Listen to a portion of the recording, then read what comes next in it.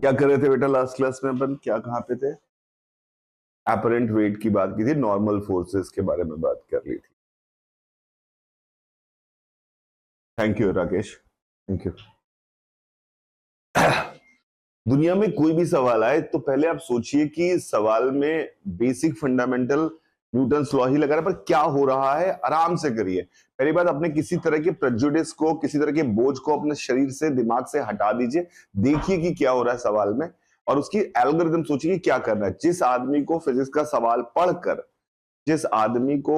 सवाल पढ़कर उसके दिमाग में ये नहीं आता कि इसमें क्या हो रहा है, वो फिजिक्स नहीं लगा सकता, चाहे कितनी दिनों तक पढ़ता रहे। तो ये सोचने की कोशिश करेंगे कि कैसे क्या हो रहा है। तो मैं कुछ सवाल स्टार्ट कर रहा हूं, कुछ सवाल दे रहा हूं, जितना आपने पढ़ा है उसी के बेसिस पे ध्यान से करने की कोशिश करिएगा हर सवाल को। यहां पर अब आपने जितनी चीजें सीखी है उनसे ही सारे सवाल होने वाले हैं। ये ब्लॉक मास m का है, ये 2m का है। यहां पर एक मास m1 यहां हैंग किया गया है, m1 हैंग किया गया है। m और 2m हमें पता है, m1 हमें नहीं पता है। m और 2m पता है, m1 हमें बेटा नहीं पता है। और ये एंगल थीटा दिया हुआ है, ठीक है। कहीं कोई फ्रिक्शन नहीं है, वैसे भी नहीं है, हमने पढ़ा ही नहीं है फ्रिक्शन अभी तक। तो इसमें पूछा गया है कि m1 की क्या वैल्यू हो। What is the value of m1? आजा बेटा, what is the value of m1 such that block does not slide on the wedge? यहां बैठ जाइए। What is the value of m1 such that block does not slide on the wedge? What is the value of m1 such that block does not slide on the wedge? What is the value of m1 such that block does not slide on the wedge? ये सवाल है, ठीक है। क्या आया दिमाग में? सबसे पहले स्लाइड नहीं कर रहा है मतलब क्या होगा? बोलेंगे नहीं, आप डरेंगे, घबराएंगे तो घबराते रह जाएंगे। मैं आपको कोई मार नहीं रहा हूं, भले मैं जितना बुरे दिख रहा हूं पर आपको मारने वाला नहीं हूं। भले डरावना दिख रहा हूं पर मारूंगा नहीं। चिल्ला सकता हूं पर मारूंगा नहीं। चिल्लाने से कोई फर्क नहीं पड़ना चाहिए आपको, ठीक है। मैं पूछ रहा कि आपको सवाल जब बोला गया कि इसमें क्या कंडीशन बोली गई है बेटा, कि ये इसके ऊपर स्लिप नहीं कर रहा है, मतलब क्या हुआ? कुछ बोलिए, कुछ तो बोलिए, क्या हुआ इसका मतलब? तेजी से नहीं, दोनों साथ चल रहे हैं इधर, दोनों के, इसका और इसका एक्सेलरेशन। ये सवाल हमने नॉर्मल तो किया था ना, इस तरह का एक सवाल। तो मिक्स मैंने क्या कहा, जो पढ़ा है आपने वही सवाल है। इसका मतलब क्या हुआ? दोनों इधर साथ चल रहे हैं, और ये इससे ये मशीन से लटका हुआ है, तो ये क्या कर रहा होगा? नीचे जा रहा होगा। तो अगर इसका एक्सेलरेशन ए है इधर की तरफ, तो व्हाट अबाउट इस वेज का एक्सेलरेशन कितना होगा? ए ही होगा। और इस ब्लॉक का कितना होगा? ए ही होगा। तो इन दोनों को तो एक ही बॉडी मान सकते हैं, हम मान सकते हैं ना, एक ही बॉडी। तो क्या ये इसमें सबसे पहले, अगर हमें यहां पर ये सवाल दिया हुआ है, समझ में आ रहा है आपको? यहां तक ये क्लियर है? क्या आप इसका ए बिना पेन चलाए जल्दी से निकाल सकते हैं?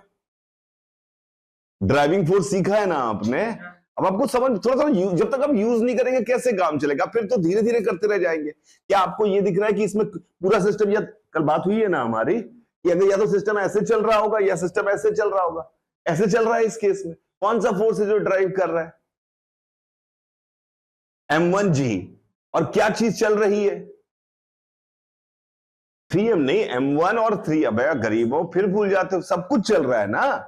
अरे भूल गए क्या? कल हमने किया तो था, इतने सारे सवाल यहां पे। What is the driving force? m1g। What is the mass which is driven? m1 plus 3m। तो सबसे पहले आपने लिख दिया a बराबर m1g upon m1 plus 3m। Is it right? ये तो a निकल के आ गया आपके पास, a निकल के आ गया आपके पास, आ गया आपके पास a निकल के। अरे समझ में आ रहा है? जब भी कोई दो बॉडीज होंगी, उनको आपने एक साथ मान के लिख दी एक इक्वेशन जो सॉल्व होके आ गया, पर अभी भी हमें बात करनी पड़ेगी दोनों को अलग अलग सोच के। तो अब स्मॉल m के ऊपर, अब हमें चाहिए कि ये स्लिप ना करे, तो स्मॉल m के ऊपर, स्मॉल m का बीडी बनाने की कोशिश करते हैं। स्मॉल m पे क्या क्या फोर्स लग रहे हैं? स्मॉल m पे क्या क्या फोर्स लग रहे हैं? नॉर्मल लग रहा है और एक mg लग रहा है, और कोई फोर्स लग रहा है नहीं। ये एंगल कितना है? थीटा। स्मॉल m क्या कर रहा है मेरे बेटा? किधर की तरफ? राइट साइड में। इधर तो नहीं चल रहा, राइट साइड में कर, जमीन से ही देखा है क्या आपने इसको? जमीन से ही देखा, तो इस पे इक्वेशन क्या आएगी? राइट साइड में क्या क्या फोर्सेस हैं? N sine theta, this is only force. तो आपकी इक्वेशन नंबर 1 क्या आई? एन साइन थीटा बराबर M A. N sine theta बराबर एम ए। इस दिशा में चल रहा है क्या ये? तो क्या होगा? फोर्स बैलेंस होंगे। तो क्या इक्वेशन आएगी बोलिए? mg प्लस कहां से आ गया गरीब? mg minus N cos theta बराबर 0। अरे चेक करिए, इससे क्या आ गया हमारे पास? इससे a की वैल्यू हम एन कॉस थीटा एन को भाग दे दिया, तो क्या आ गया हमारे पास? ये काम हमने पहले किया हुआ है, तो किया हुआ सवाल को यूज करना सीखे। टेन थीटा की वैल्यू आ जाएगी a बाई जी। अरे a की वैल्यू आ जाएगी जी टेन थीटा। अरे यही सेम सवाल हमने किया था, अगर आपको याद हो तो। a की वैल्यू कितना आ गया? जी टेन थीटा। पर a कितना आ रहा है हमारा यहां से? अगर हम इन दोनों को इक्वेट कर देंगे तो क्या m1 निकल आएगा? बस खत्म हो गया सवाल। ये अच्छा सवाल है, पर अच्छा कोई सवाल बना ही नहीं आज तक अच्छा। सारे सवाल नॉर्मल ही होते हैं। ध्यान से बस सोच के करने की कोशिश करिए। तो मैं जो सवाल करा रहा हूं कम से कम उनको तो अच्छे से समझ लीजिए कि क्या हो रहा है, उससे ही आपके सारे सवाल बन जाएंगे। उन सवालों को ध्यान से समझने की कोशिश करिए। अगला सवाल, अगला सवाल ध्यान से, हर एक सवाल इंपॉर्टेंट है, हर सवाल एक इंपॉर्टेंट है, ध्यान से करने की कोशिश करिए।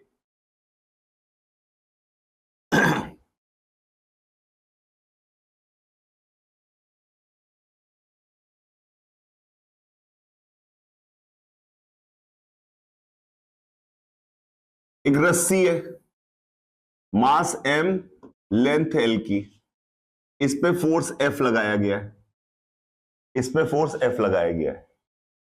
मास m, लेंथ l की एक रस्सी है, इसके ऊपर फोर्स F लगाया गया है, F फोर्स लगाया गया है। इस पॉइंट का कोऑर्डिनेट दिया है x बराबर 0, तो ऑब्वियसली इसका हो गया x बराबर x बराबर l, सॉरी। क्वेश्चन है find out tension at a distance x। Find out tension at a distance x।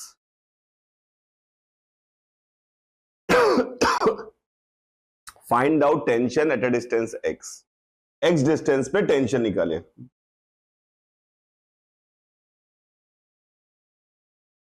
x distance पे टेंशन निकालिए।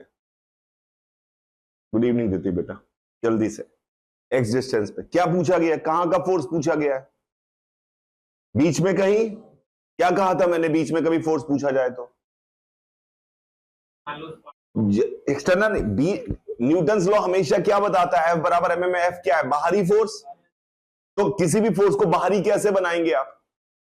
जैसे मैंने पूछा कि अगर शोल्डर ने हैंड पर कितना फोर्स लगाया, इसको बाहरी बनाने के लिए क्या आप पूरे एनएमएस सर को एक साथ देखोगे क्या? क्यों? अगर एनएमएस सर को पूरा एक साथ देखोगे तो क्या होगा?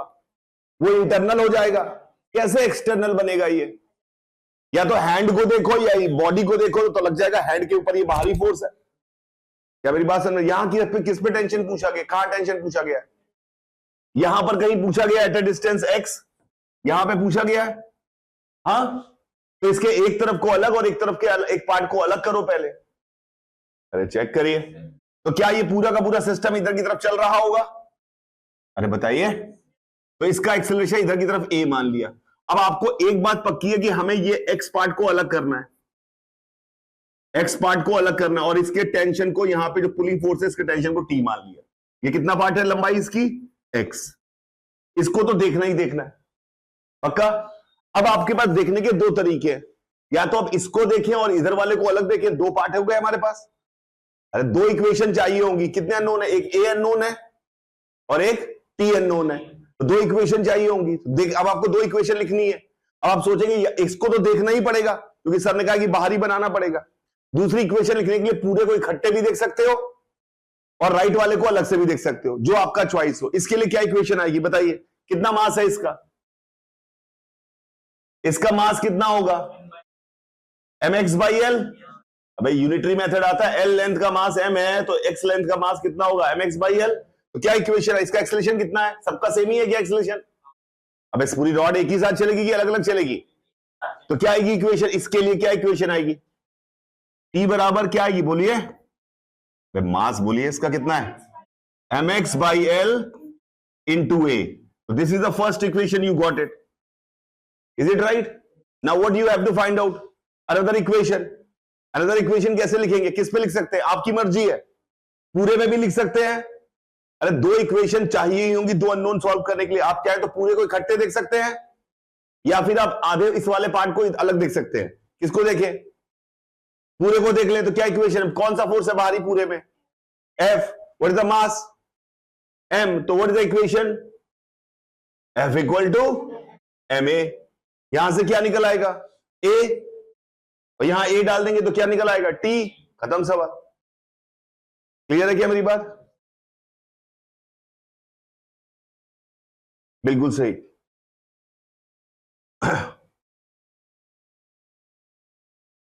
क्लियर है? गुड। अगला सवाल ध्यान से सोचने की कोशिश करिए पहले। अगला सवाल, ये एक एटवुड मशीन है, यहां पर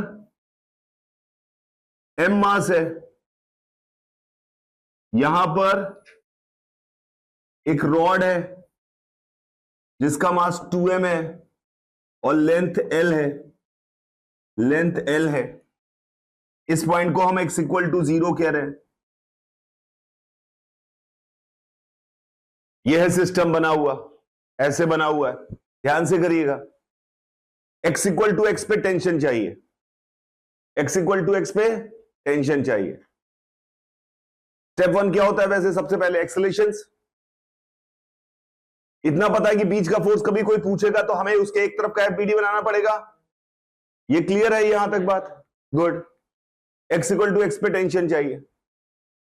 स्टेप 1 पहले तो एक्सेलरेशन मानना पड़ता है। क्या होगा? एक्सेलरेशन किधर की तरफ चल रहा होगा? क्या होगा बताइए?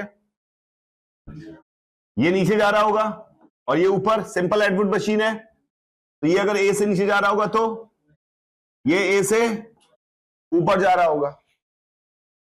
हमें कहां टेंशन चाहिए? यहां पर, इस जगह चाहिए x पर। तो इतने पार्ट का एफबीडी बना दीजिए। जब भी कोई कहीं बीच का फोर्स चाहिए तो उसके एक तरफ का एफबीडी बनाएंगे। क्या क्या फोर्स है इसके ऊपर बताइए? इस छोटे से टुकड़े का फोर्स एक तो हो गया यहां पर आंसर। अरे कौन सा फोर्स है यहां पे? आंसर, यही तो निकालना है। अरे आंसर है। और क्या फोर्स लग रहा है इसके ऊपर? 2mx बाई एल इंटू जी। उसका मास उन्होंने कैसे निकाला? उनका पूरी रॉड का मास 2m है, एल लेंथ का मास 2m है, तो इसका वेट भी तो नीचे लग रहा होगा इस टुकड़े को। इस टुकड़े को ध्यान से, सिर्फ इस टुकड़े को देखें। किस टुकड़े को? सफेद वाले को। यहां बना दिया मैंने फ्री बॉडी। कितना मास होगा उसका? कितना बोलिए? 2। अबे तेज, 2mx बाई एल इंटू जी। किधर जा रहा है ये पार्ट? नीचे जा रहा है एक्सेलरेशन ए से। अरे चेक करिए। तो क्या इक्वेशन लिखेंगे? बोलिए जल्दी जल्दी। अबे बोलो, सबकी आवाज आनी चाहिए। 2। अबे यार मेरी अकेले की सालों तुमसे तेज कैसे है? तेज बोलो, बोलो। By L into G T. Answer मतलब, अरे sorry, minus answer equal to M. क्या एम के किसी का मास चिपका देंगे, उसका मास चाहिए ना बे। 2mx बाई एल, उसका मास तो उसका मास ही रहेगा ना, इनटू ए। ये हो गया। आंसर निकालने के लिए ए निकालना पड़ेगा। अब ए निकालना है इस सवाल में। अब ए निकालने के लिए क्या कर सकते हैं? क्या होगा? क्या तरीका दिमाग में आया ए निकालते समय? अरे ड्राइविंग फोर्स क्यों नहीं लगा रहे? ए निकालने के लिए मेहनत करनी पड़ेगी। पूरा एक तरफ चल रहा, फिर से सिंपल एटवुड में तो ड्राइविंग लगा सकते हैं ना। G/3 कैसे आया? G/3 इन्होंने बताओ। वो इधर चल सकता है या इधर चल सकता है? इधर चलाने वाला कौन है और इधर रोकने वाला? तो what is the net driving force? mg। What is the net driving force? अरे इधर 2mg खींच रहा है, इधर mg खींच रहा है। या तो ये यूं चलेगा या तो ये यूं चलेगा। किधर चलेगा? इस side. What is the net driving force? mg। What is total mass which is to be driven? तो क्या आ गया? Acceleration G/3। तो एकदम आसानी से आ गया। अरे दो कॉन्सेप्ट को मिक्स करके दे दिया। ड्राइविंग फोर्स तो आनी ही चाहिए, तो तेज काम कर दिया। बाकी जनता उसमें सब इक्वेशन लिखती रह जाती, उस हर जगह हर सबका अलग अलग एफबीडी बनाती रहती, पागल हो जाती। पर आपने जब सीखा है तो उसका इस्तेमाल करिए ना। ड्राइविंग फोर्स आपने सिंपल एट्रिब्यूट वाली पे तो ड्राइविंग फोर्स आपका फंडामेंटल क्लियर होना चाहिए, फटाक से आंसर। क्या ए की वैल्यू g/3 डाल देंगे यहां पे तो आंसर आ जाएगा? अरे ए की वैल्यू g/3 डाल देंगे तो आंसर आ जाएगा। You can get the answer.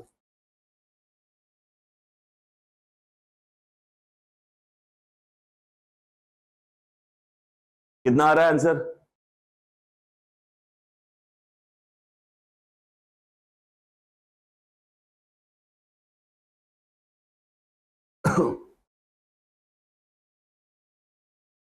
Four mgx/3l।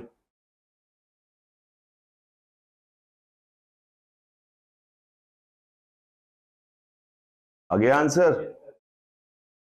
4 mgx/3l। बहुत बढ़िया, क्लियर है? सवाल सोचे पहले कि हो क्या रहा है। अगला सवाल,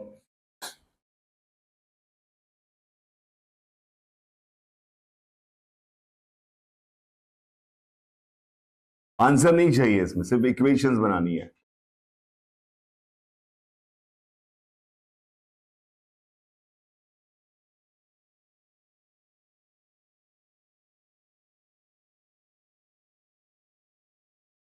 ये m मास का है, ये 2m मास का है। m मास का है, ये 2m मास का। Find out their accelerations, find out their acceleration, find out their एक्सेलरेशंस।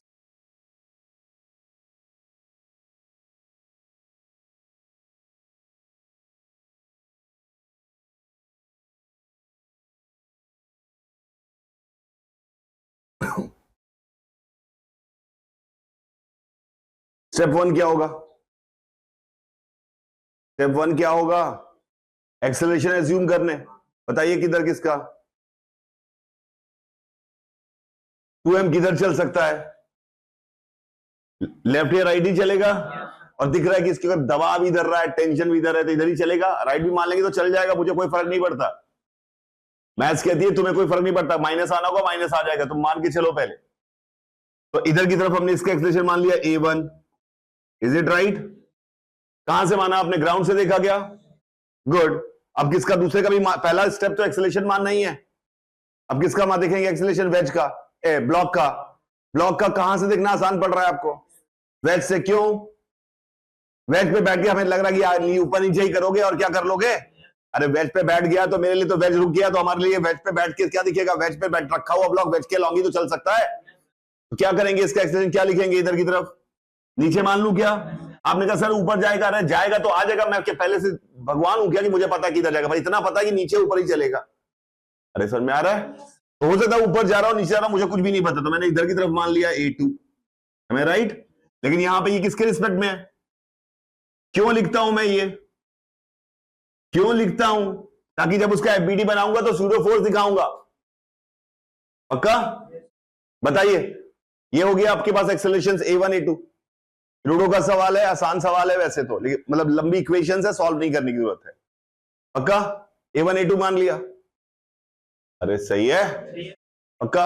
अब हम देखते हैं इक्वेशंस। पर रस्सी का कंस्ट्रेंट तो भी इस्तेमाल करना होगा हमें। रस्सी लगी हुई है यहां पर सवाल में। क्या फंडामेंटल होता है? रस्सी की लंबाई कांस्टेंट होती है। चलिए देखते हैं, याद है आपको कैसे देखते थे? रस्सी का एक टुकड़ा ये है, ये टुकड़ा किसके बीच में है? दीवार और पुली के बीच में। ये टुकड़ा पुली और ब्लॉक के बीच में। दिखना चाहिए आपको, रट्टा नहीं मारना TIVI, वो सब फालतू बकवास है, वो सब गरीबों का काम है। तुम्हें दिखना चाहिए। दिख रहा है कि आप कोई 50 पुली 50 वाला सवाल नहीं आता है, फालतू टाइम बर्बाद करते हैं लोग। क्या आपको दिख रहा है फंडामेंटली कि ये एक टुकड़ा ये है? इस टुकड़े को बताइए क्या हो रहा है? दीवार क्या करना चाह रही है? कुछ नहीं। पुली क्या करना चाह रही है? कुछ नहीं। अरे पुली इसी वेज के साथ इधर जाएगी बे। कम करना चाह रही है कितने से? a1 से। तो क्या इस टुकड़े की लंबाई कम होगी कि बढ़ेगी? कितने से? तो क्या लिखें? -a1। अब इस टुकड़े को देखो, सिर्फ इस टुकड़े पे ध्यान देना, सब भूल जाना, सिर्फ इस टुकड़े को ध्यान देना। एक बार में एक टुकड़ा देखते हैं। इस टुकड़े को क्या हो रहा है? ये टुकड़ा, ये क्या गैप बढ़ रहा है क्या? पुली, अगर इस टुकड़े को देखना है तो पुली से मैंने पूछा, तो पुली यहीं पे बैठ के देख लेते हैं, इसी पे वेज पे। पुली क्या कर रही है? कुछ नहीं कर रही है, वेज पर बैठ के ही देख लेते हैं। अरे इसका एक्सेलेरेशन किधर से माना है तुमने? तो बेंच पे बैठ के देखिए पुली करी, मैं तो यही हूं यार। और मैंने कहा तुम, उसने कहा मैं नीचे जा रहा हूं। मैंने कहा क्या होगा, मतलब तुम्हारे बीच का गैप कितने से? A2 से। तो प्लस A2 बराबर 0। इतना सुंदर रिलेशन आ गया, A1 बराबर A2। A1 बराबर A2 इज द सुंदर सा रिलेशन। एक इक्वेशन आ गई। अरे दिख रहा है? A1 बराबर A2 कैसे देखते हैं? प्लीज याद रखिए, स्ट्रिंग कंस्टेंट में टुकड़ों को अलग अलग देखना है। याद है ना कितने सवाल कर लिए हमने, प्रोटो वाला भी किया था, सारे सवाल कर लिए।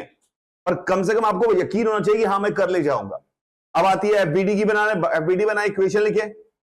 याद है स्टैंडर्ड सवाल है हमारा, किसका एफबीडी बनाए पहले बताइए? वेज का बना दे, वेज का बनाइए, बताइए क्या वेज पुली किसका पार्ट है? सिर्फ पुली है कि पुली के ऊपर की रस्सी भी है? रस्सी भी है, याद है ना आपको? तो वेज का एफबीडी देखिए कैसे बन रहा है, पहले वेज बनाएंगे, वहीं गुचुर मुचुर नहीं करेंगे। अरे थोड़ा भैया मैं साफ सुथरा काम करूंगा। दो तरह के लोग हैं, एक है बहुत दिमाग पे एकदम क्लैरिटी है उनके, सब कुछ दिखाई देता है, वो कचरा डायग्राम बनाते हैं, वो कॉपी के कोने में कुछ कुछ करते हैं, उनका आंसर आ जाता है क्योंकि उनके दिमाग में सब क्लैरिटी है। और एक अभी आपका स्टेज है, अभी दिमाग में उतनी क्लैरिटी नहीं है आपके जीवन में, तो आपको क्या करना चाहिए? सुंदर साफ सुथरा डायग्राम बनाई तो आपको दिखाई देने लगेगा। क्या यही है वेज? ऐसे ही वेज बनाएंगे, याद है ना आपको? वेज के साथ पुली, पुली के साथ रस्सी, रस्सी किसका पार्ट होती है? पुली का। और पुली किसका पार्ट होती है? वेज का। याद है? अब बताइए क्या क्या फोर्सेस है? गलत नहीं होने चाहिए एक भी फोर्स। कहां से? यहां से? अरे नॉर्मल नीचे तो यहीं से आ रहा होगा शायद, यहां से एन थीटा एंगल। और बताइए, हाँ सही से बोली, 2mg। और ग्राउंड का नॉर्मल N1। और इधर की तरफ रस्सी, ये पूरी बॉडी है ना, तो इसके इधर कोई कुछ लगा हुआ है क्या? अरे इसके इधर कुछ लगा हुआ है क्या?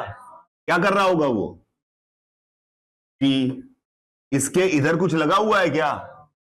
तो क्या कर रहा होगा? और कोई फोर्स? और कोई फोर्स? अरे हाँ या ना बोलो बे। बस किधर चल रहा है ये? तो हमें कंपोनेंट किधर करने पड़ते हैं? एक्सेलेरेशन की दिशा और उसके परपेंडिकुलर। एक्सेलेरेशन की दिशा में बताइए क्या क्या फोर्स है, गलत नहीं होना चाहिए। एक्सेलेरेशन की, ये एंगल थीटा है, जो भी तिरछे फोर्स हो उनका एंगल हमेशा बना लें, ये एंगल भी थीटा होगा, पैरेलल लाइन है। बताइए क्या क्या फोर्स है? हाँ एन साइन थीटा, बोलिए, प्लस टी,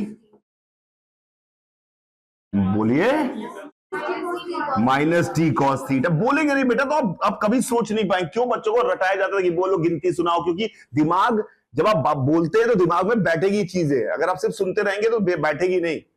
बोलते रहिए, बोलते तो। और कोई फोर्स है? बराबर क्या लिखूं? 2m A1। अब A1 की जगह A ही लिखूं, चलेगा क्या? अरे दोनों के बराबर हैं तो A ही मान लेता हूं, क्यों जबरदस्ती अननोन लेके चलूं? सही है, इक्वेशन आ गई ये। इसकी वर्टिकल की इक्वेशन बताइए, वर्टिकल में चल रहा है कि नहीं चल रहा है?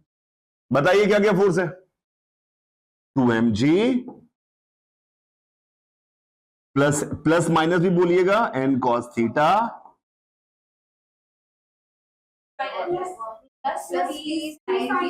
Plus T sine theta minus N1 equal to 0। बहुत बढ़िया, परफेक्ट, आ गई इक्वेशन, एकदम बढ़िया, शानदार। अब आते हैं ब्लॉक का, ब्लॉक का एफबीडी बनाते हैं। बताइए ब्लॉक पे क्या क्या फोर्स है? इधर की तरफ नॉर्मल और एक mg और एक टेंशन, दिख रहा है? दिख रहा है? ये एंगल थीटा, ये। और कोई force?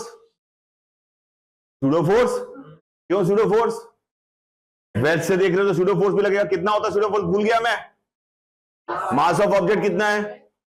m। Acceleration of observer कितना है? A1 which is A of course. किधर की तरफ लगाऊं? किधर लगाऊं? राइट। एक फोर्स ये मुचर मुचर करके, ताकि याद रहे कि ये सूडो फोर्स है, MA, ये एंगल थीटा। किधर चल रहा है ये? Along the incline. तो क्या हमें फोर्सेस इसके अलोंग और उसके परपेंडिकुलर तोड़ने पड़ेंगे?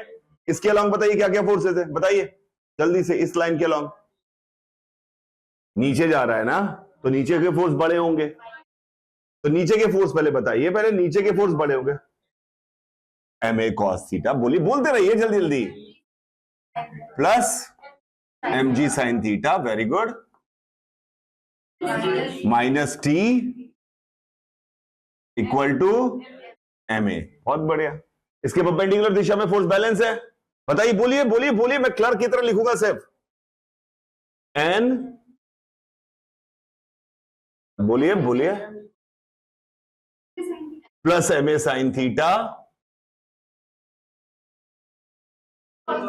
माइनस प्लस, कुछ तो बोलो बे गरीबों, minus M G cos theta equal to, खत्म, सवाल हो गया, सवाल बस यही है। एंड जब जेई एडवांस में इस तरह के सवाल आया करते थे एक जमाने में, उस जमाने में भी लेकिन सवाल जब आया करते थे तो वो कहते थे, सब्जेक्टिव पेपर हुआ करता था, तो 10 नंबर का अगर सवाल होता था तो 9 नंबर इक्वेशन लिखने के होते थे, 1 नंबर सॉल्व करने के लिए, क्योंकि उनको पता है कि सॉल्व करने वाले चैट जीपीटी बन जाएंगे, लेकिन इक्वेशन लिखने वाला दिमाग नहीं बनेगा अभी इतनी जल्दी। चैट जीपीटी कैलकुलेशन कर सकता है, सोच नहीं सकता इतना बढ़िया अभी भी। स्टैंडर्ड बातें सोच सकता है, काम की बातें जो स्टैंडर्ड बातें हैं वो सोच सकता है, पर सोचने वाला सोच नहीं है उसके पास। तो ये वो मशीन उस जमाने में भी थी कि भैया काम कर जाएगी, पर ये आपको समझना चाहिए धीरे धीरे करके होता जा रहा है। टीसीएस नौकरी से इन्होंने निकाल दिया 12,000 लोगों को, सबने निकाल रहे हैं। क्यों निकाल रहे हैं? क्योंकि अगर तुम्हारा दिमाग काम नहीं कर रहा है, तुम्हें कोई 1-2 कौड़ी की मशीन जो है तुम्हें रिप्लेस कर सकती है, साले तुम्हें क्यों पैसा दूं मैं? 2 कौड़ी की मशीन अगर तुम्हें रिप्लेस कर सकती है जीवन में, तो मैं तुम्हें क्यों पैसा दूं? क्या मेरी बात को समझ? तो अपना दिमाग यही एक चीज है जिससे आप मशीन से जीत पाएंगे आगे चल के। ना डॉक्टर ना इंजीनियर, सब मशीन कर देंगे, 2 मिनट में टेस्ट कर लेंगे, तुम भी तो क्या कर लोगे? जो कॉमन सेंस है, जो दिमाग है, उसको इस्तेमाल करिए। और आज की पूरी जनरेशन जो खराब हो रही है फोन देख देख के, वही होने वाला है ये आपके साथ। तो प्लीज थोड़ा फोन कम देखा कीजिए। एक प्रॉब्लम होती फोन से आपका, एक सबसे बड़ा प्रॉब्लम ये है क्योंकि आप एक रील देख रहे हैं, अगली रील कुछ और आ रही है आपका दिमाग में। क्या जब आपके दिमाग में कोई खुशी का सीन देखते हैं तो खुशी के हार्मोन्स बनते हैं, फिर वो सेटल होते हैं। आपने 15 सेकंड खुशी की देखी, अगले सेकंड बिल्ली का नाच देखने लगे, अगले सेकंड तैयारा का गाना सुनने लगे, सेंटी हो गए। अरे समझ में आ रहा है मैं क्या कह रहा हूं? अगले सेकंड अचानक से अगले सेकंड आया, आप वहां पे कुछ और, वहां पे कॉमेडी देखने लगे, तो दिमाग का साला हार्मोन का इंबैलेंस हो गया, काम करना बंद कर देगा वो। तो प्लीज थोड़ा फोन भी कम देखा कीजिए, उससे ही आप डम होते जा रहे हैं धीरे धीरे पूरी दुनिया। क्या मेरी बात समझ में आ रही है? तो इक्वेशंस लिखना आपको अगर आ जाएगा तो सब कुछ सही हो जाएगा।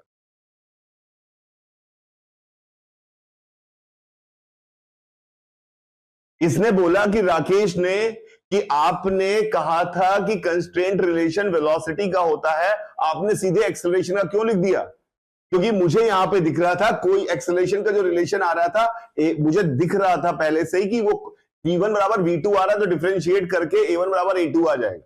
जनरली कब आप v1 बराबर v से लिखना चाहिए? जब आपको दिख रहा हो कि आपके सवाल में जो एंगल है, कोई एंगल है और आपको दिख रहा हो कि अगले मोमेंट में वो एंगल बदल रहा है, तब आप कभी भी कंस्ट्रेंट रिलेशन एक्सेलरेशन में मत लिखिए, क्योंकि डिफरेंशिएट करने में उसका डेरिवेटिव भी आएगा। याद है क्या बोल रहा हूं? कुछ रेफरेंस है, समझ में आ रहा है? तो उसमें हमेशा वेलोसिटीज में, जहां पे आपके सवालों में एंगल फैंगल सब कांस्टेंट दे रखे हैं, वहां पे आप एक्सेलरेशन में भी बिना डरे लिखिए। क्यों? क्योंकि डिफरेंशिएट करके वही रिलेशन तो आएगा। v1 बराबर 5 v2 है तो a1 बराबर 5 a2 आएगा। देखिएगा v1 बराबर v2 cos अल्फा है और अल्फा भी बदल रहा है, तो a1 बराबर a2 cos अल्फा नहीं आएगा। मेरे वर्ड्स पर मिनट ज्यादा तो नहीं है? घुसता है दिमाग में क्या बोल रहा हूं? पक्का? ठीक है, अगला सवाल। इसको कह रहे ग्राउंड से सॉल्व, तो इसको भी नहीं करूंगा मैं। ठीक है, इन्होंने कहा इस सवाल को ग्राउंड से भी कर लेते हैं, इस सवाल को ग्राउंड से भी कर लेते हैं। ध्यान से देखिएगा, ग्राउंड से करने की कोशिश करते, ग्राउंड से ही। तो भैया मेरे पास ये आया, ये कहानी है ऐसे,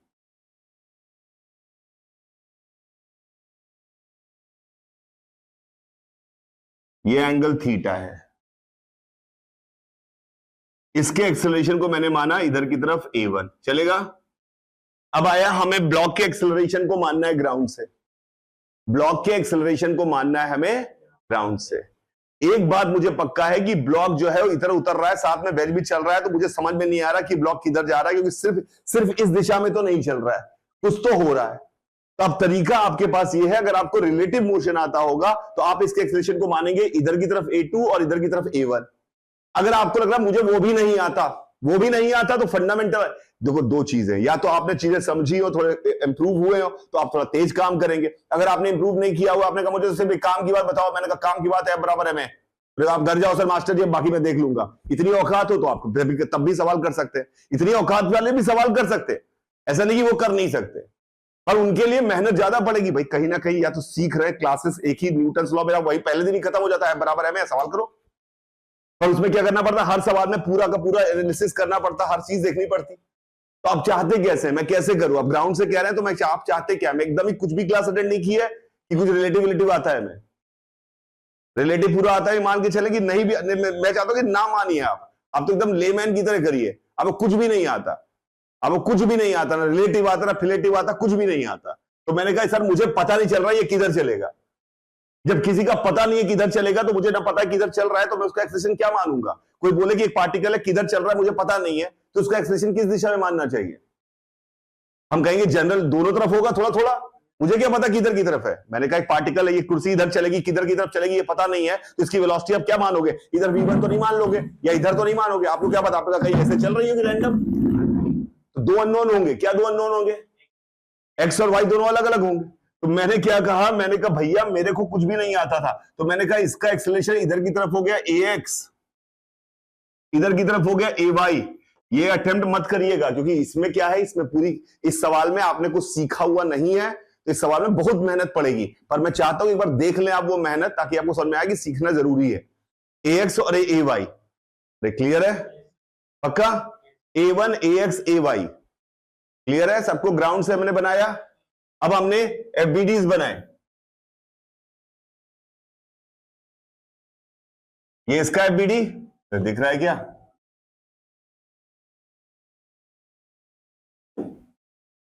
ये इसका एफबीडी चेक करिए, ये इसका एफबीडी। पक्का? कितने नोन माने मैंने? ax ay, अरे और भी भैया, तो इसका एफबीडी भी ऐसे TT normal theta 2mg n1। कितने अननोन माने हैं मैंने? कितने अननोन माने हैं इस सवाल में?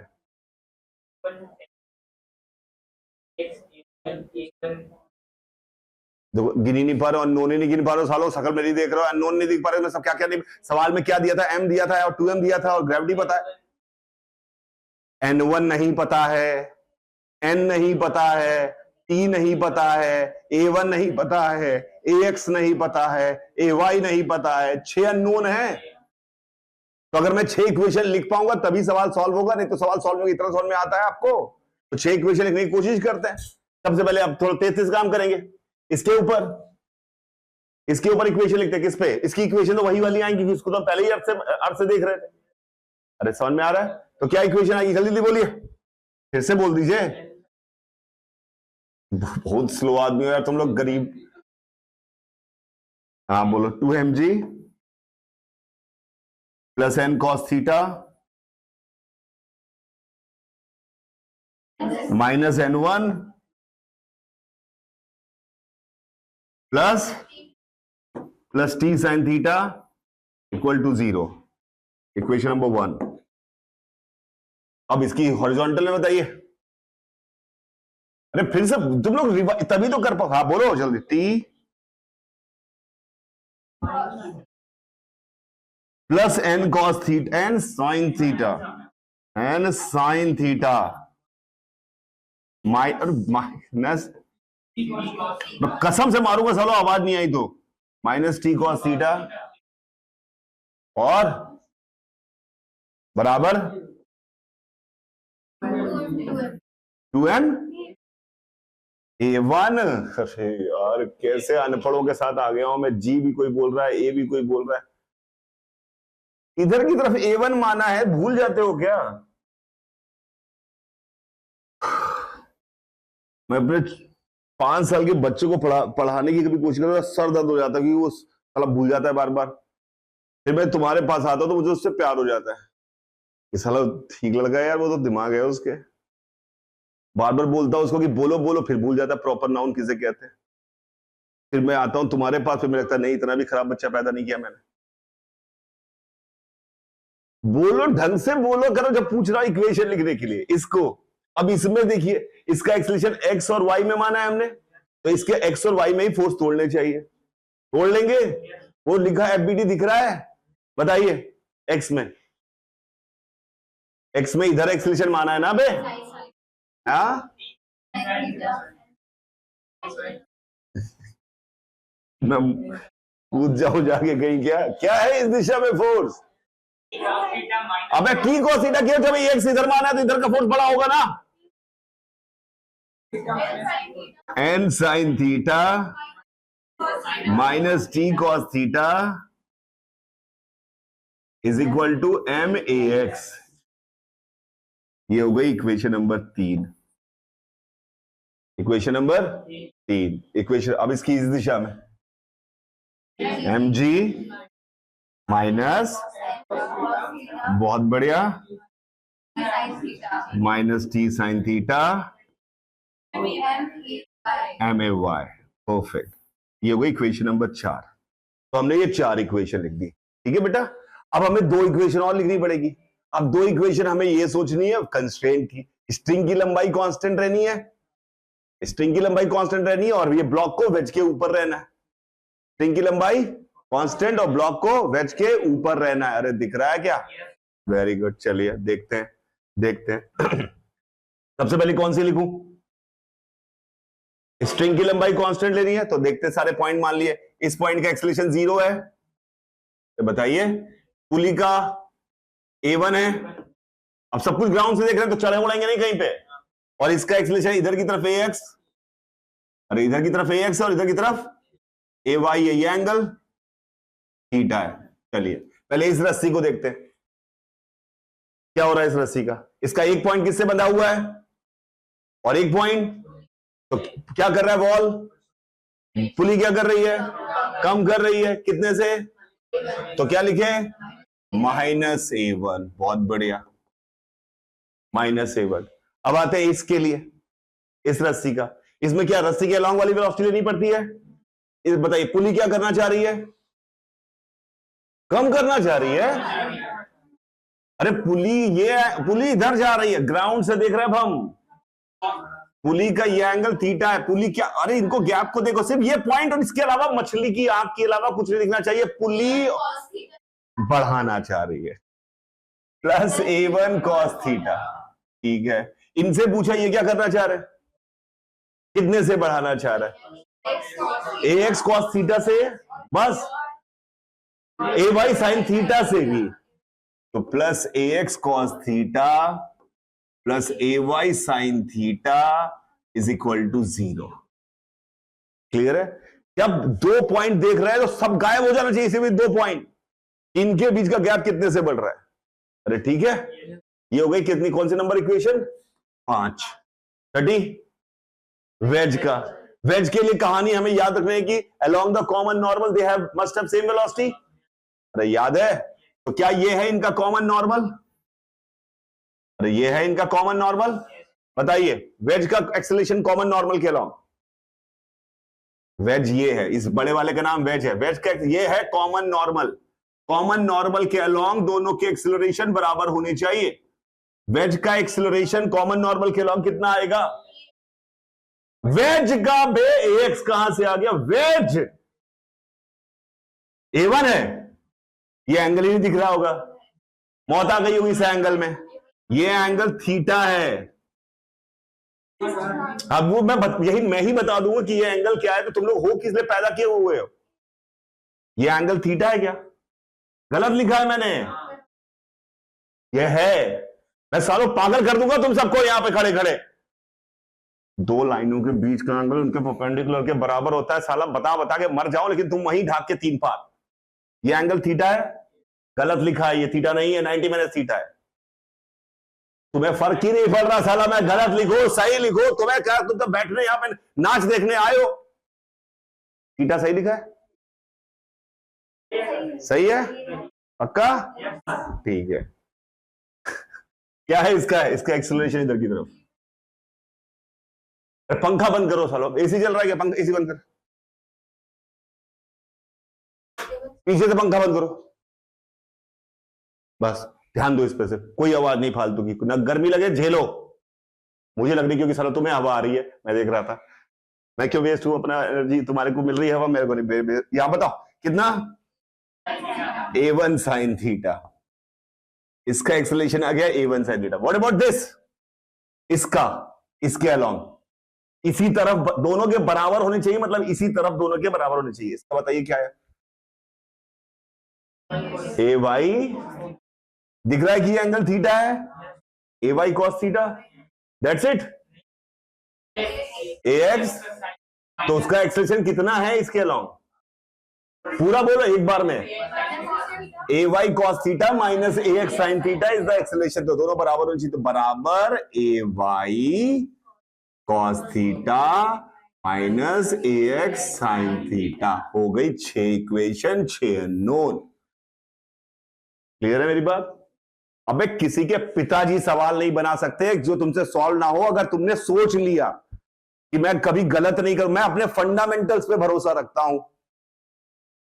क्लियर है क्या मेरी बात? तो अगर फंडामेंटल्स पे भरोसा है तो सब कुछ सही होगा। ठीक है? सारे एंगल गलत तो नहीं बनाए तो कोई? पक्का? ठीक है, कर लेंगे, सवाल आएंगे तो। Very good, very good. Right, friction.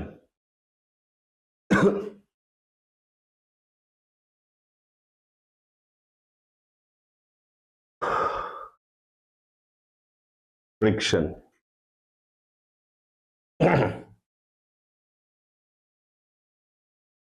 when two surfaces comes in contact, when two surfaces comes in contact, जब दो सतहें आपस में कांटेक्ट में आती हैं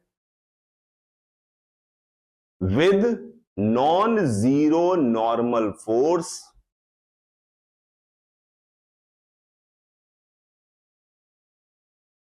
क्या मतलब हुआ? दो सरफेस कांटेक्ट में, हिंदी नहीं बतानी, मतलब क्या हुआ? नॉर्मल रिएक्शन रहना चाहिए। जैसे कि मान लो मैं इससे ऐसे टच करके खड़ा हूं, तो हम कांटेक्ट में तो हैं but we are not pushing each other. अब टूट ना जाए, अब है नॉर्मल। क्लियर है? मैं जमीन पे खड़ा हूं, नॉर्मल है। मैं इसके साथ टच करके खड़ा था, अभी टच तो कर रहा है, नॉर्मल नहीं है, अब नॉर्मल है। तो सरफेस कांटेक्ट में आए और एक दूसरे को पुश कर रही हो, नॉर्मल हो। ठीक है? Then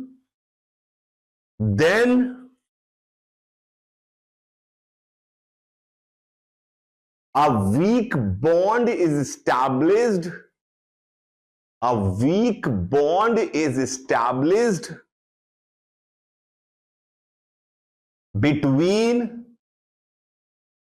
molecules of these two surfaces, between molecules of these two surfaces। ऐसे समझो कि यहां पे ये ऐसा है, ये हाथ जब ऐसे इसको रखा, दबाया, तो इसके मॉलिक्यूल इसके मॉलिक्यूल में एक वीक बॉन्ड बन जाता है, धागे फंस जाते हैं आपस में, इनके बीच में बॉन्ड बन जाता है, इनके मॉलिक्यूल इनके मॉलिक्यूल की बीच में। क्लियर है क्या मेरी बात? Which want them to keep together, जो चाहता है कि दोनों साथ रहें, दोनों साथ रहें। ठीक है? दोनों को साथ रखना चाहता है। अगर इनके में नॉर्मल डेवलप हो गया, तो अगर आप मेरे ऊपर वाले हाथ को पकड़ के, अगर नॉर्मल डेवलप हो गया, अगर नॉर्मल नहीं डेवलप हुआ होता, ऐसे रखा होता, आप ऊपर वाले हाथ को खींचते, वो खींचता चला जाता। देखिए, अगर आप दबा दिया मैंने, नॉर्मल डेवलप हो गया, तो अगर आप ऊपर वाले हाथ को पकड़ के मेरे खींचेंगे तो कहेगा अबे छोटू तू भी मेरे साथ चल। अरे क्या मेरी बात समझ में आ रही है? इनके बीच में क्या बन जाता है? बॉन्ड। जो चाहता क्या है कि दोनों को साथ रहे। पक्का? वो तो एक दूसरे को स्लिप नहीं करना चाहता। It wants, there is no slipping between two surfaces, लिखो बे, it want there is no slipping between, ये बॉन्ड चाहता क्या है कि दोनों सरफेसेस के बीच में स्लिपिंग ना हो। क्या करेगा उसके लिए, क्या करेगा, जैसे मान लो ये एक ब्लॉक है, ये एक ब्लॉक है, इनके बीच में नॉर्मल डेवलप हो गया, नॉर्मल डेवलप हो गया। तो नॉर्मल डेवलप होने का मतलब है कि इनको अगर थोड़ा सा बहुत माइक्रोस्कोप बढ़िया वाला लेके देखें तो इनके मॉलिक्यूल और इनके मॉलिक्यूल के बीच में बॉन्डिंग हो गई है, ऐसे बॉन्डिंग हो गई है इनके बीच में, बॉन्ड बन गए, धागे धागे से सोचो, छोटे छोटे धागे बन गए हैं, ऐसे समझ लो। क्लियर है क्या मेरी बात? अब आपने अगर इसको खींचने की कोशिश की तो क्या आपको दिख रहा है कि धागे यूं होने चाहिए, ऐसे होंगे? धागे जब ऐसे होंगे तो धागे क्या करते हैं, पुल। तो ये क्या करेंगे, ऊपर वाले को पीछे की तरफ पुल करेंगे कि मत जाओ, और नीचे वाले कहेंगे तू जा आगे। अगर तुम्हें दो लोगों को साथ रखना है, दो, तुम किसी की मां हो और दो बेटे हैं तुम्हारे, दोनों अलग अलग भाग रहे हैं, एक बहुत पैसे कमा रहा है, कम कमा रहा है, तो क्या करोगे? जो ज्यादा कमा रहा हो कहेंगे भाई थोड़े से पैसे इसको दे दो यार, भाई भाई साथ रहो। समझ में आ रहा है? तो जो आगे भागना चाह रहा है, कौन ऊपर भागना चाह रहा है, ये वाला, तो उसे कहेगा भाई थोड़ा स्लो हो जाओ, और नीचे लगेगा भाई थोड़ा फास्ट भाग, तू ज्यादा पैसे कमा, भाई जा साथ रहे उसके। तो इसको क्या करेगा, अपोज करेगा, और इसको क्या करेगा, सपोर्ट करेगा कि उधर जाओ। अरे बीच में जैसे बॉन्ड हुआ, इसको खींचा तो ये ऐसे ऐसे हुए, ऐसे धागे ऐसे हो गए, तो इस वाले को क्या करेगा, पुल करेगा पीछे, इसको कहेगा धीरे हो जाओ, और इस वाले को क्या कहेगा, अरे तू थोड़ा आगे बढ़ जा। क्यों? ताकि साथ रहो। एक काम है, क्या काम है उसका, साथ रखना। क्लियर है मेरी बात? अगर आपने इसी सवाल में इस पर फोर्स लगाया होता F, तो जब ये आगे जाता तो ये फ्रिक्शन यहां का जो बॉन्ड होता वो इसको कहता अरे धीरे चलो भैया, समझे, और इससे कहता तू तो भाग भैया भाग। क्यों भागो? ताकि साथ रह जाओ। क्या मेरी बात समझ में आ रही है? पक्का लिखिए।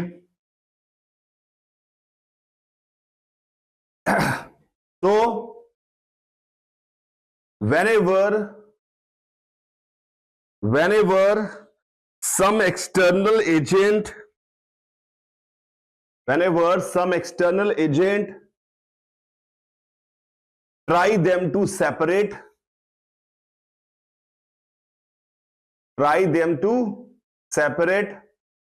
ब्रैकेट में slip along the surface, ऐसे सेपरेट करेगा तब नहीं, ये फोर्स काम नहीं करता, उसमें तो नॉर्मल होता है। ये फोर्स कब का, ऐसे उठाते तो फ्रिक्शन काम नहीं करता, क्योंकि फ्रिक्शन का फोर्स बना ही नॉर्मल से है, तो नॉर्मल कम किया तो फ्रिक्शन कमजोर होता जाता है, ऐसे में फ्रिक्शन का फोर्स काम करता है। क्लियर है क्या मेरी बात? अगर कोई सेपरेट करने की कोशिश करता है, क्या लिखा है, if some external agent separate them then slip along the surface के along स्लिपिंग करवाना चाहता है, सेपरेट करना चाहता है, ऐसे बंधे हुए तो ऐसे करना चाहता है, यूं करना चाहता है, ऐसे अलग अलग करना चाहता है। क्लियर है? Then this bond apply force along the surface on both of them, action reaction से दोनों पे लगेगा, हमेशा कोई भी फोर्स दोनों पे ही लगता है।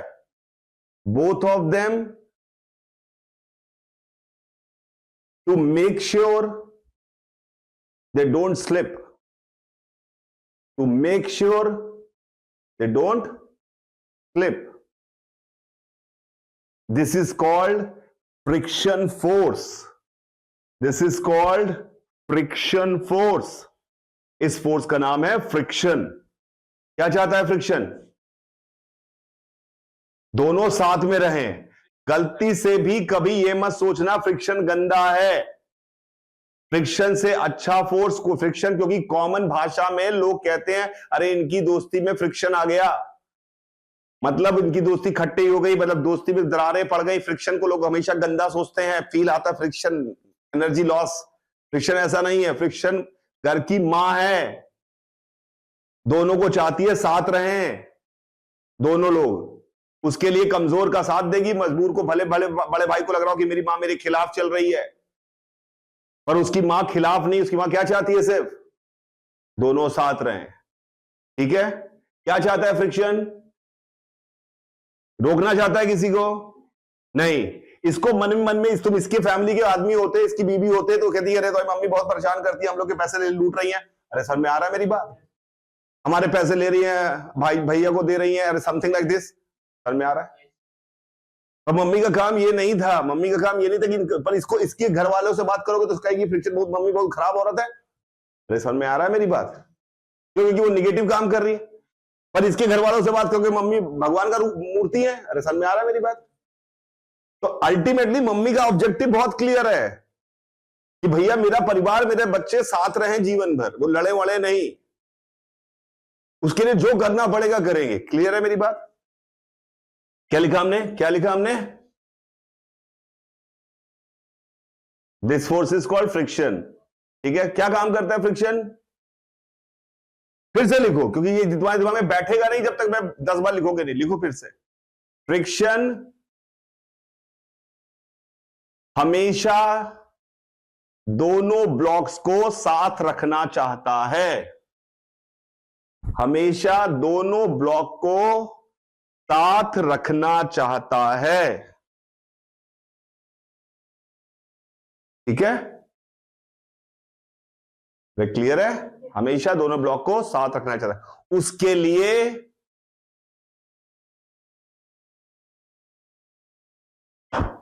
जितना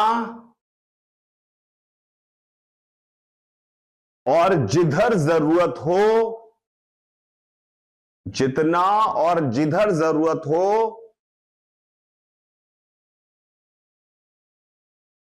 उतना और उधर लग जाता है, जितना और जिधर जरूरत हो उतना और उधर लग जाता है। अरे समझ में आया? अरे समझ में आया? जितना और जिधर जरूरत हो उतना और उधर लग जाता है, जितना जिधर जरूरत हो उतना उधर लगे। जैसे आपने जब F ऊपर लगाया तो फ्रिक्शन ज्यादा दोनों साथ रहे तो ऊपर वाले पे पीछे लग गया और आगे वो नीचे वाले पे आगे लग गया। जब आपने यहां पे सेम फ्रिक्शन है, सेम ब्लॉक है, और आपने जब इसको खींचने की कोशिश की तो नीचे वाले पे पीछे लग गया और ऊपर वाले पे आगे लग गया। अगर आप इस सवाल में ऐसे धक्का मार रहे होते, ऐसे ऊपर आके धक्का मारते ऐसे, तो फ्रिक्शन क्या करता? यही वाला फ्रिक्शन फोर्स ऊपर वाले पे इधर लग जाता और नीचे वाले पे इधर लग जाता। तो मतलब दिशा बदल सकता है ना। और कितना लगेगा?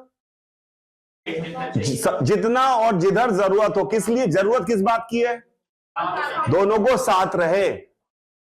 जितना और जिधर फ्रिक्शन की जरूरत होती है उतना और उधर लगता है फ्रिक्शन। लेकिन हर चीज की एक औकात है। मतलब आपने अपने पिताजी से कहा कि मैं घर छोड़ के चला जाऊंगा अगर मुझे 500 रुपए नहीं दिए, तो भैया हमें, तुमको पापा चाहते हैं, मम्मी चाहती, जो भी पापा मम्मी जो भी पेरेंट हो वो चाहते हैं तुम्हें कि तुम मेरे घर में रहो, साथ रहो। उन्होंने 500 रुपए दे दिए, तुम्हें 500 की जरूरत थी, 500 घर छोड़ के मत जाओ। अगले दिन आए तुम कि मैं घर छोड़ के चला जाऊंगा, मुझे 2000 रुपए चाहिए, तो उनके पिताजी की तुम्हारी औकात थी भैया कि 2000 दे दे, साथ रहो भैया। अगले दिन आया, तुमने कहा मुझे 3 लाख रुपए चाहिए तो मैं घर छोड़ के चला जाऊंगा, लात मार के कहेंगे जाओ साले, जहां जाना है जाओ।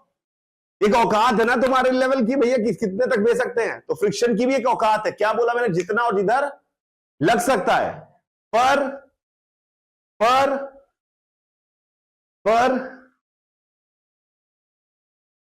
औकात के अंदर, औकात के अंदर। औकात का क्या मतलब हुआ? मैक्सिमम जितना चाहिए उतने, फिर जितना वो लगा सकता है। अरे जितना वो लगा सकता है। एक और दो चीजें हुई जीवन में फ्रिक्शन से डील करने में। पहली, आप हमेशा सोचोगे कितने की जरूरत है, उसके लिए आपको सोचना पड़ेगा अगर दोनों साथ चले तो मुझे कितना फ्रिक्शन चाहिए। अरे समझ में आ रहा है मेरी बात? फिर क्या होगा? फिर हम देखेंगे उसकी औकात कितनी है। औकात कैसे डिसाइड होती है? लिखिए, दिस औकात is called maximum value of available static friction. This औकात is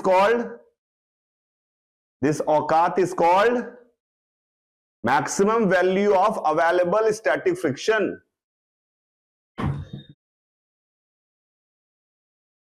मतलब कितनी ज्यादा लगा सकता है, एक लिमिट है ना कि भैया इससे ज्यादा। तुमने कहा कि maximum value of available static friction, मतलब अगर मेरे बेटा इसके मान लिया कि इसकी औकात फ्रिक्शन जो बॉन्ड बने, बॉन्ड की स्ट्रेंथ होगी ना, ऐसे थोड़ी कि अब ये साथ फ्रिक्शन रात रहना चाहता है तो साला अलग नहीं किया सकता, अलग तो कर ही दूंगा मैं। अरे करना चाहो तो कर ही दूंगा, क्योंकि इसकी एक औकात है ना, एक बॉन्ड जो बने उनकी एक औकात होगी, इससे ज्यादा फोर्स लगा सकता। अगर मान लो साथ रखने के लिए 2 न्यूटन चाहिए था, इसकी औकात है कि मैं 50 न्यूटन तक लगा सकता हूं। साथ रखने के लिए 2 न्यूटन चाहिए, पीछे की तरफ उतना लगा दूंगा। साथ रखने के लिए 70 न्यूटन चाहिए, मैं कहां से लगाऊं, है ही नहीं औकात।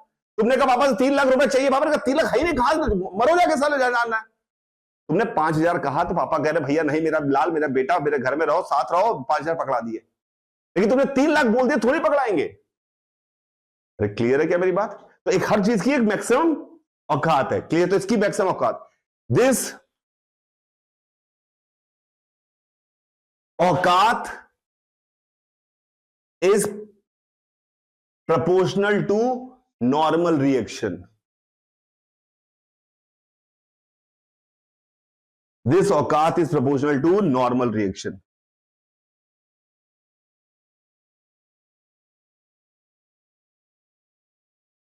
घुसो मत राकेश, की जरूरत नहीं है ज्यादा, हमें ज्यादा एनालिसिस। मतलब अगर आप सोचिए इनके बीच का बॉन्ड बन रहा था, उसी की तो औकात है। अगर ज्यादा कस के दबाओगे तो ज्यादा अच्छा बॉन्ड बना होगा, जितना ज्यादा नॉर्मल उतना ज्यादा औकात। क्लियर है क्या मेरी बात? तो it is written Fs max is equal to mu n. Fs max is equal to mu n. n के प्रोपोर्शनल है तो प्रोपोर्शनलिटी हटाने के लिए कांस्टेंट लगाना पड़ेगा। mu is a dimensionless constant.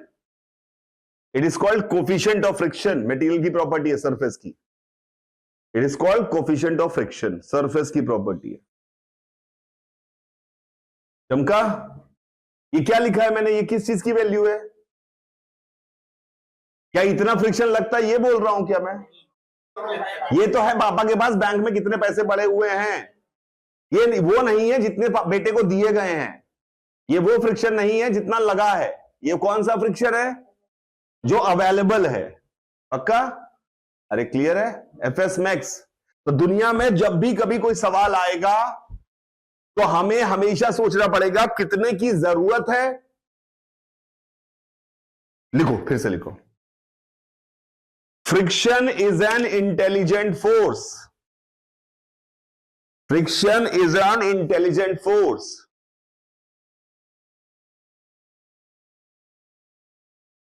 which wants to keep two blocks together, which wants to keep two blocks together,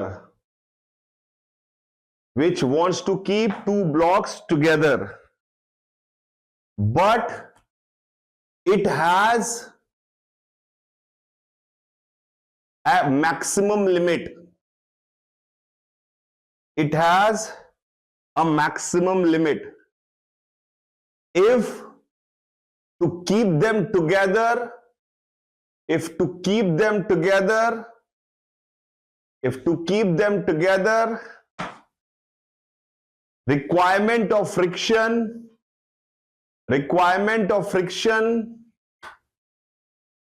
is less than औकात. If requirement of friction is less than औकात, clear है? तब friction उतना लग जाएगा, उतना लग जाएगा। But if requirement is more than औकात, रिक्वायरमेंट इज मोर देन औकात, रिक्वायरमेंट अगर औकात से ज्यादा होगी, then slipping will take place. फिर तो अलग होना ही पड़ेगा। Then slipping will take place, slipping होगी। अरे क्यों होगी स्लिपिंग? क्योंकि अब जरूरत जितनी है, तुम्हें जरूरत है 50 रुपए की, तुम्हारी औकात 30 रुपए की है, तो काम नहीं होगा। अरे समझ में आ रहा है? Then slipping will take place and friction will act to its maximum value. Friction will act to its maximum value. Friction कितना लगेगा फिर? जितना है उतना है यार, अब क्या करें, 30 है 30 ही लगाऊंगा, उसके बाद में स्लिपिंग होगी। पक्का? अरे क्लियर है? तो जब भी आपको सवाल सॉल्व करने को मिलेगा तो आप दो चीजें देखेंगे हमेशा, कितनी औकात है और कितने की जरूरत है। किस चीज की जरूरत, किस काम के लिए जरूरत है तुम्हें, काम के ऑब्जेक्ट साथ में रखने के लिए देखो कितने की जरूरत है। अगर औकात जरूरत से ज्यादा है तो औकात जरूरत से, सुनते ही नहीं हो सालों, तुम लोग से तुम्हें ये लगता है कि पहले ये बोलते हैं बाद में ये बोलते हैं, साला उससे मतलब ही नहीं है। तुमको 3 सवाल याद कर लो, उल्टा करके पूछ लूं, तुम्हें आंसर तुमने रटे हुए, पहले का आंसर ए है। मैंने पूछा औकात अगर जरूरत से ज्यादा है साथ में रहेंगे, सुनते क्यों नहीं है आप? और अगर औकात जरूरत से कम है स्लिप कर जाएंगे। पक्का? ठीक है, जैसे मान लो ये सिचुएशन है, ये सिचुएशन है, ये एक ब्लॉक है, ये है 8 kg का, यहां की सरफेस स्मूथ है, स्मूथ। यहां पर एक ब्लॉक है 4 kg का, यहां पर म्यू की वैल्यू देगा, वो म्यू की वैल्यू है 0.2, 0.2, ठीक है, वैल्यू ऑफ म्यू इज 0.2। यहां पर इसके ऊपर 10 न्यूटन का फोर्स लगाया गया। क्वेश्चन है, डायग्राम बनाओ, डायग्राम बनाओ। क्वेश्चन है, फाइंड आउट देयर एक्सिलरेशंस, देयर एक्सिलरेशंस। सबसे पहला काम होगा फ्रिक्शन की औकात लिखेंगे। यहां तो है ही नहीं फ्रिक्शन, ये तो स्मूथ है। अरे क्लियर है? यहां पर फ्रिक्शन है, पहले यहां क्या निकालेंगे, नॉर्मल। यहां का नॉर्मल बताओ कितना आएगा? 4 kg का एफबीडी से नॉर्मल दिख जाएगा यहां पर 40 न्यूटन। अरे 40 mg, नॉर्मल ऊपर नीचे तो चल नहीं सकता, नॉर्मल कितना आया 40। तो फ्रिक्शन की औकात 40 इंटू 0.2, बोलो क्या, 8। तो हमने लिखा एफ मैक्स बराबर 8। निकालो दोनों की एक्सीलरेशन, देखिए क्या करते हैं। एफ मैक्स बराबर 8, फ्रिक्शन की मैक्स वैल्यू आ गई 8, फ्रिक्शन की मैक्सिमम वैल्यू आ गई 8।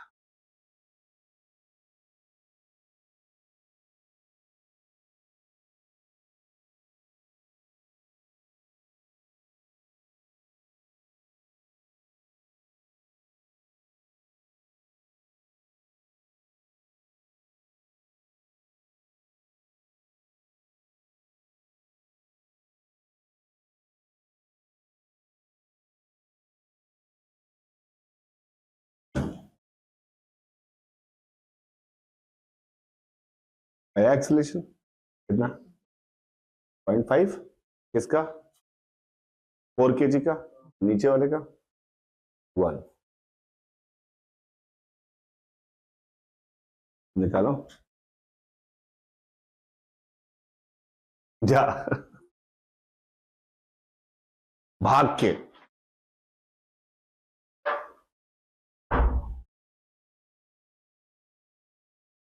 निकाला,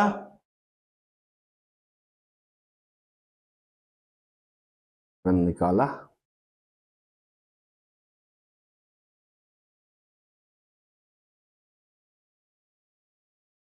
नीचे का 0 आएगा, ये कैसे?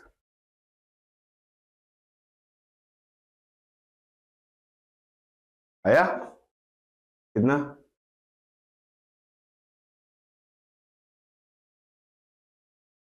नीचे वाले का 1, ऊपर वाले का 0.5। क्या किया मेरे को समझाइए। 4 न्यू kg वाले पे फ्रिक्शन किधर लगेगा, पीछे, तो इस पे लगाया हमने 10 आगे 8 पीछे। बढ़िया, इक्वेशन क्या आई इसकी, 10 माइनस 8 बराबर 4a1। a1 कितना आ गया? 0.5 मीटर पर सेकेंड स्क्वायर। और नीचे वाले पे एक्शन रिएक्शन से इस पे फ्रिक्शन आगे लगेगा, कितने का? 8 ही लगेगा। कितना मास है इसका? और कोई फोर्स है हॉरिजॉन्टल में इसके ऊपर? नहीं, क्योंकि नॉर्मल एफजी तो सब बैलेंस हो गए होंगे। क्या आ गई इसकी इक्वेशन? 8 बराबर 8a2। a2 बराबर आ गया 1 मीटर पर सेकेंड स्क्वायर। आ गया सभी का? आ गया सभी का? आ गया? समझ में आ गया क्या किया? आ गया? वो बाहर वो था क्या? जीतू? हाँ, बोला बोला बोला, बोला, बोला।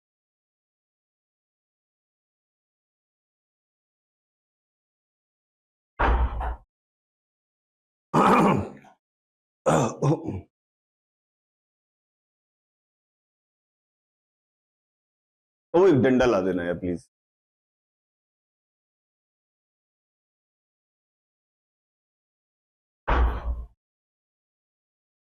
अरे 15 बार लिखवाया, 15 बार लिखवाया तुम्हें कि फ्रिक्शन चाहता है साथ रहे, लेकिन तुम्हें उससे कोई मतलब नहीं। तुम्हें लगता फ्रिक्शन म्यूएन लगता है, चिपकाओ म्यूएन। क्या कहा मैंने कि पहले हम देखेंगे औकात कितनी है, जरूरत कितनी है। तुमने कुछ नहीं देखा।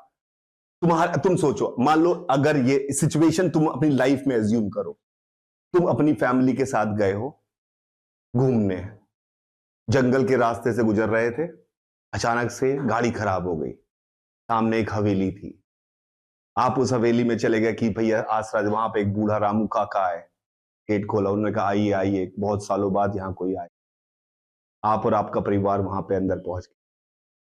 आपने जाकर टेबल वहां रखी थी, अपना सूटकेस टेबल पे रख दिया, सूटकेस टेबल पे रख दिया। फिर थोड़ी देर आपके पापा ने रख दिया सूटकेस। फिर थोड़ी देर बाद ऐसे बातें करने लगे, डर लग रहा था। फिर आपने क्या किया? टेबल पे रखा हुआ था सूटकेस, ठीक है, आपने सूटकेस को ऐसे खींचा, सूटकेस को ऐसे टेबल के ऊपर से ऐसे खींचा, सूटकेस धीरे चला, टेबल यूं निकल गई। क्या हालत होगी तुम्हारी? क्या हालत होगी तुम्हारी? सूटकेस वहीं रह गया, टेबल सारी तेज निकल गई। वही तो है तुम्हारा। इसको खींच रहा हूं, ये साला धीरे चल रहा है, जिसको कुछ कर नहीं रहा वो निकल के भाग गया, फट फट फट फट भाग के चला गया 1 मीटर पर सेकंड स्क्वायर। जिसको मैं खींच रहा हूं वो साला 0.5 से चल रहा है, और नीचे वाली टेबल जूम करके निकल गई है। क्योंकि तुम्हारे को, इसीलिए तुम कहते क्यों लिखवा रहे सेम ही बात बार बार रिपीट करवा रहे, लिखवा रहे, क्योंकि मुझे पता है ना तुम्हारी औकात। क्या कहा था मैंने? क्या कहा था मैंने? फ्रिक्शन क्या चाहता है? ये तो आपने लिखी औकात। फ्रिक्शन चाहता है साथ रखना। तो वो सोचेगा कि भैया अगर इन दोनों को मुझे साथ रखना है तो 10, आपने 8 क्यों लगाया फ्रिक्शन? क्या फ्रिक्शन चाहता है कि ये रुक जाए? फ्रिक्शन इसको रोकना चाहता है क्या? फ्रिक्शन का एम है कि इसको रोकना चाहता है क्या? क्या चाहता है फ्रिक्शन? साथ रहे। तो ये सब कचरा है जो आपने किया यहां पर। फ्रिक्शन चाहता है साथ रहे। फ्रिक्शन लिखा है पहली line, friction is an intelligent force. तभी डील नहीं कर पाओगे क्योंकि तुम्हारी बिरादरी का तो है ही नहीं। Friction is an intelligent force बोलते ही समझ में आ गया होगा। तुमने कहा ये तो दूसरे लोग हैं यार, हमारी बात ही नहीं हो रही। भाई गरीबों, फ्रिक्शन क्या चाहता है? साथ रख। तो हमने ऐसे, फ्रिक्शन ऐसे सोचता है, अगर मैं इन्हें साथ रखना चाहूं, ऐसे सोचता है, अगर मैं इन्हें साथ रखना चाहूं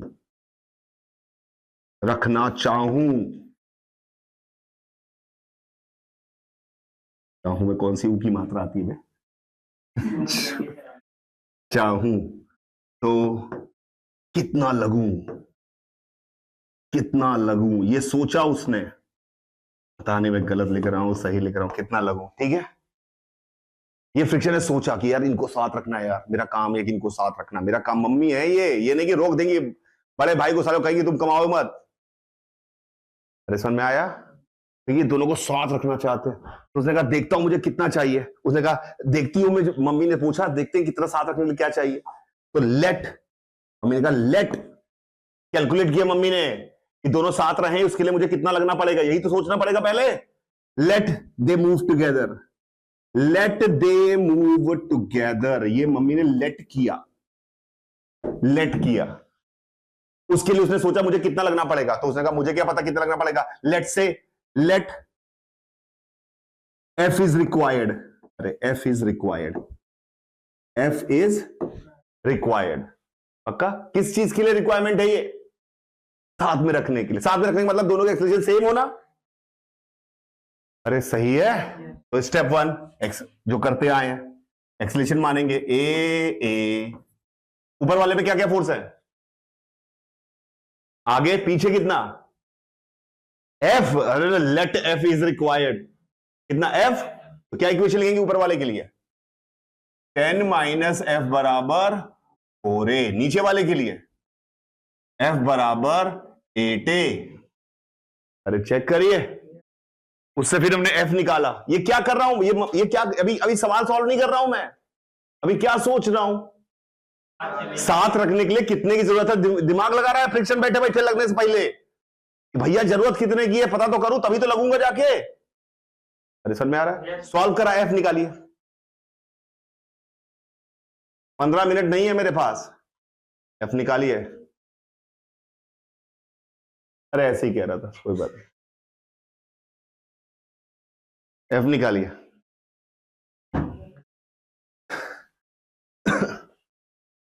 कितना आया,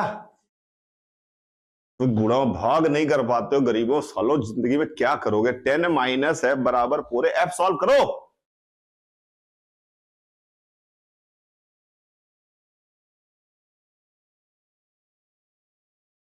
एफ की वैल्यू 10 माइनस एफ बराबर 4a, एफ बराबर 8a, एफ सॉल्व करो, इससे कितना है, ए पता थोड़ी है तुम्हें,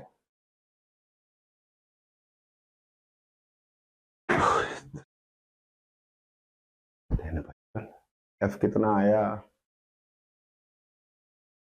एफ बताओ, एफ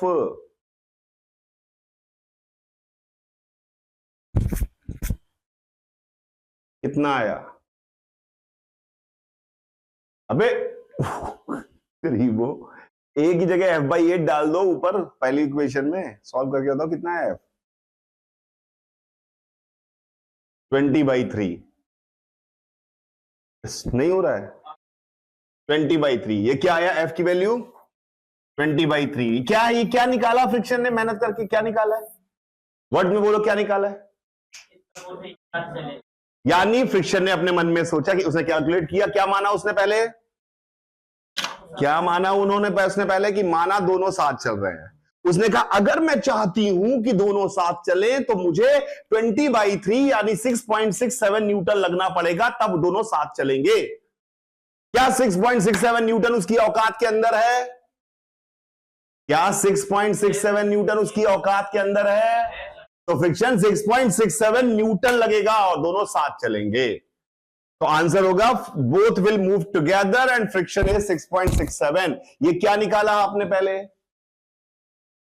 बोलेंगे जी कि आप सिर्फ लिखते रहे, बोलिए समझिए क्या निकाला, अब सिंपल सी बात, इसमें कौन सा रॉकेट साइंस है, मुझे फुटबॉल खरीदनी थी बचपन में, मैंने पहले पूछा जाके दोस्तों से, पहले दुकान पे गया, भैया कितने की है, तो हुआ रिक्वायरमेंट का पता, फिर अपने ग्रुप से पूछा कौन कितने पैसे हैं किसके पास, फिर औकात का पता, काम कब होगा, फुटबॉल कब मिलेगी, जब औकात ज्यादा पैसे, जब रिक्वायरमेंट कम, इसमें कौन सा साला रॉकेट साइंस है इस बात को समझने के लिए, तो रिक्वायरमेंट पता होनी पड़ेगी ना, तभी तो बताओगे कि पूरा होगा कि नहीं पूरा होगा, तुम सिर्फ औकात से बता दोगे कि रिक्वायरमेंट होगी कि नहीं होगी, मेरे पास 50 रुपए, बताओ रिक्वायरमेंट पूरी होगी कि नहीं होगी, रिक्वायरमेंट क्या है ये तो बताओ, मेरे पास 50 रुपए है, मेरे पास 50 करोड़ रुपए हैं, बताओ अब मेरी रिक्वायरमेंट पूरी होगी कि नहीं होगी, रिक्वायरमेंट मेरी कोटा खरीदनी है, अब ये थोड़ी हो जाएगी, अरे समझ में आ रहा है मेरी बात, तो औकात, सिर्फ औकात जान के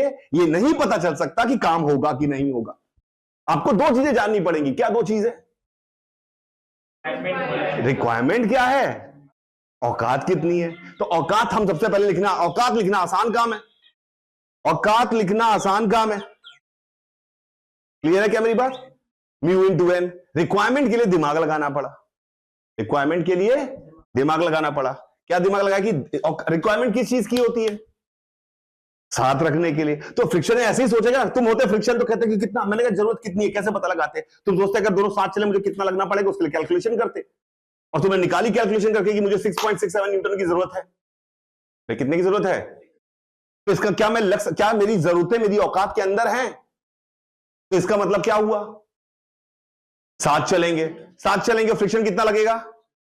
6.67 न्यूटन। और दोनों क्या करेंगे? साथ चलेंगे। जब साथ चलेंगे एक्सेलरेशन निकालना आसान है, इकट्ठे मानो। What is the net force? 10. What is the mass? 10/12. Answer 5/6 is the answer of acceleration. Answer of acceleration will be both will move together. Yes, if you pull suitcase and table is coming along with suitcase, it does not harm you. आपको लगेगा हाँ सही है, वैसे ही होना चाहिए, चल सकता है, ये हो सकता है। अरे समझ में आ रहा है मेरी बात? पक्का? अब मान लीजिए यही सवाल होता और 8 kg का ब्लॉक होता और यही 4 kg का ब्लॉक होता और इस पर 12 न्यूटन का फोर्स लग रहा होता, म्यू की वैल्यू 0.2 होती, तो औकात हमने फिर से लिख दी एफ मैक्स बराबर किनारे औकात सबसे पहले लिख दी 8। अब हमने क्या कहा कि अब हमें फिर वही सवाल सॉल्व करना है कि दोनों की एक्सेलरेशन निकालने हैं। अरे समझ में आ रहा है? अरे समझ में आ रहा है? तो हम पहले क्या करते? पहले पता लगाते कि कितनी की रिक्वायरमेंट है साथ में रखने की। अरे चेक करिए, तो क्या इक्वेशन लिखते? 12 - f बराबर 4a, f बराबर 8a। इससे f की वैल्यू आप पे वेट नहीं कर पाऊंगा, 40/3 आ गई। अबे f बराबर 8a है तो f/2 बराबर 4a हो गया, तो f/2 डाला तो यहां पे क्या गया? अरे चेक करो, f की वैल्यू कितनी है? 40/3 आई। क्या गलत किया मैंने? सॉरी 12 लगाया क्या? कितना लगाया था हमने? 12 से तो काम नहीं चलेगा, 12 से तो काम नहीं चलेगा। इसको लगा देते हैं 18 लगा दिया। चलिए 18 जल्दी निकालिए कितना है? 18 - f बराबर 4a, f बराबर 8a, 18 f/2 आ गया। 3f/2 बराबर 18, 3f/2 बराबर 18, तो f की वैल्यू आई 12। अरे आया? क्या आया? f की वैल्यू 12 आई। f की वैल्यू कितनी आई? 12। क्या आया इस बार? क्या हुआ इस बार? क्या बोलिए, वर्ड्स में बोलिए।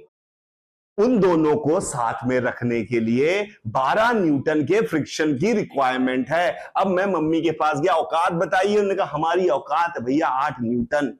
हमने कहा इसका मतलब? उसने कहा अब तो स्लिपिंग किसी के पिताजी नहीं रोक पाएंगे क्योंकि मेरी औकात कम है। तो क्या होगा? अब स्लिपिंग होगी। स्लिपिंग होगी तो फ्रिक्शन कितना लगेगा? पूरा कितना लग सकता है। अब क्या होगा? यानी ये सब कैलकुलेशन किसी काम का नहीं, सिर्फ इसलिए था कि पता लगाने के लिए कि फ्रिक्शन कितना लगेगा। तो क्या पता चला अब आपको? एक साथ नहीं चलेंगे, एक साथ नहीं चलेंगे तो स्लिपिंग होगी। स्लिपिंग होगी तो फ्रिक्शन कितना लगेगा? पूरा। तो ऊपर वाले पे क्या फोर्स लग रहा है? 4 kg, 18, पीछे 8, नीचे वाले पे 8, अरे इसके ऊपर 8। इसका एक्सेलरेशन कितना आया? 1। ऊपर वाले का 18 - 8, 10/4, 2.5। अरे बताओ, लेजिटिमेट है। जिसको खींच रहे हैं वो तेज चल रहा है, तो जिसको खींच रहे हैं वो तेज चल रहा है। 2.5 वो, नीचे वाला 1।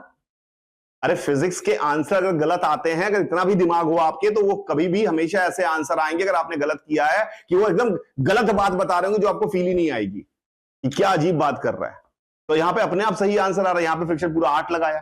तो स्टेप 1 क्या हुआ? सबसे पहले पता लगाना दोनों को रिक्वायरमेंट कितनी है। बोलिए। फिर क्या करेंगे? पहले निकालेंगे रिक्वायरमेंट। रिक्वायरमेंट कैसे निकालेंगे?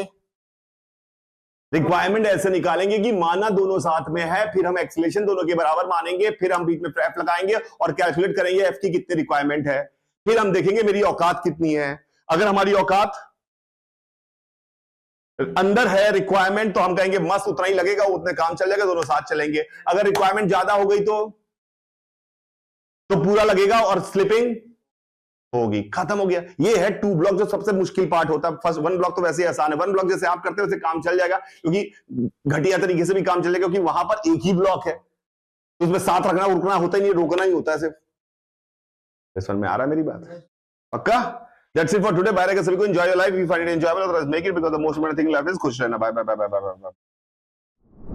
हमें ऐसा लगता है कि क्वालिटी एजुकेशन, चाहे वो आईटी जेई की तैयारी कर रहा हो या नीट की तैयारी कर रहा हो, फ्री होनी चाहिए.